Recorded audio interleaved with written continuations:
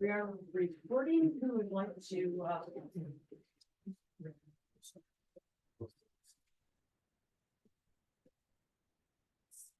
First question.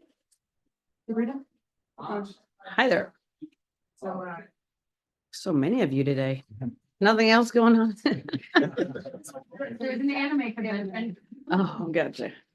So 6-0 in the last 6 since Chelsea came back. Obviously, probably better morale than the last time you were in Los Angeles. Just, I guess, in that locker room, how different is it having Chelsea around, even with her, without even considering what she brings on the court?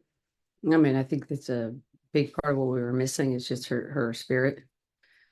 She's a true point guard. She really loves seeing the success of others. And it's contagious, you know, her joy that she plays with the game, the way she sees the game, the way she gives to her teammates. You know, and she's animated. So, you know, she gets probably more hype, you know, on somebody else's N1 than her own. So, yeah, she's an impactful player and person. Hey, Coach. I believe it was Kelsey who called Chelsea a gravitational pull, basically knowing exactly where things need to be, who needs to be in what spaces. How much does that help, not just having her back on the floor, but also taking something off of you as far as being an extension of you and knowing what plays need to be made? No, there's no doubt. She makes everybody's job easier, including mine. You know, she understands our system. A lot of times, you know, she'll make the play call. I tell her, if you hear me and you hear Chelsea, listen to Chelsea's play call. You know, where you know, she's just somebody who, it's funny because a lot of times she's like, I was just gonna say that. I was just gonna say that. So me and her are very much on the same page. Insofar as what we think would work in the moment. The easier job for me though is that she gets to make the play call a lot of times, and you know, I just get to sit there and watch them execute it. Speaking of gravity and attention, how have you seen, with all the attention that's being given to Asia on the court, Jackie capitalize and take advantage of the opportunities coming her way? You know, I've always thought, you know, since I've been here, is you always hear a lot about like Chelsea, Asia, and Kelsey. Jackie is the kind of the silent, steady Eddie. That has just, she's like a constant, you know. And I think her game, she's more of a quiet, introverted person. But she is a unbelievable basketball player, and she plays both ends of the floor. We demand a lot of her. I think she's the best two-way player in the world right now, insofar as her efficiency of shutting down the other players, best perimeter player, and then producing offensively as much as she does. I forget what she had. Was she at 18 and 10 or something last night? Some 20 and 10. Oh, 20 and 10. There you go. There you go.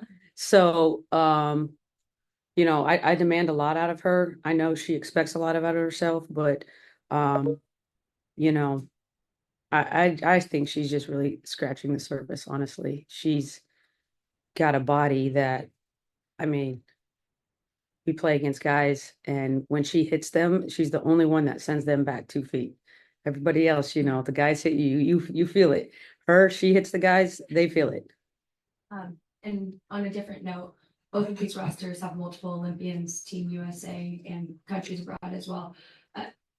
With the moment that women's basketball is having right now and the caliber of talent, what have you noticed, especially with the Olympics this summer? I mean, I think the product's been very good, and it just keeps getting better. You get more eyes on it. You know, the great thing about, you know, having Angel Reese and Caitlin Clark come in is that now they are seeing Asia Wilson, and they're seeing, you know, you could go down the list of really great players. And then then you realize what a big jump it is from the W from college. It's like, you know, every one of us that played in the W, you killed in college, you crushed college. It's not even a thing. And then you come here, and you know, it's a different game. It's a different level. That being said, I love all the eyes. I love all the attention that they're garnering. They deserve it. They deserve every bit of it. Coach, back to your response to Chelsea about Chelsea Gray. Like, how important is it? How much pressure does it take off you to have players that that can help coach and get players together and things of that nature? Well, I got 4 or 5 of them, so it's pretty good. My job is pretty good. No, they're all, really coming into their primes. They been in my system now for a couple of years. I think they know what the expectation is. They know when I say something exactly what every term means. So, if I call out something, tell you once you know what the actions are, I'm like giving you the answers to the test, but it takes a little bit to learn it all. The lingo, because a lot of it was NBA lingo. And so now they know it all. And so now, it's very easy to make play calls, and they kind of know how to do it and run it and what we're looking for. We're gonna jump to the Zoom for 2, and then we'll come back into the room. Nikias and then Matthew. Hi, Coach. Quick question about the guards. First back-to-back of the season, and obviously the first one since Chelsea's been back. You've talked a lot about Kelsey and Jackie in particular being willing to play all 40 if they want to.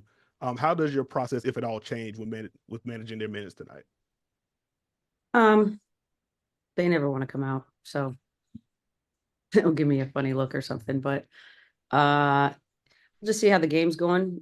Sometimes, we have a general idea of what we want rotation wise. But that can change. I always hated being one of the players that I just start cooking, and because my time's on the clock is up, I have to come out. It's like I try really hard not to do that to my players. But we didn't overplay them last night.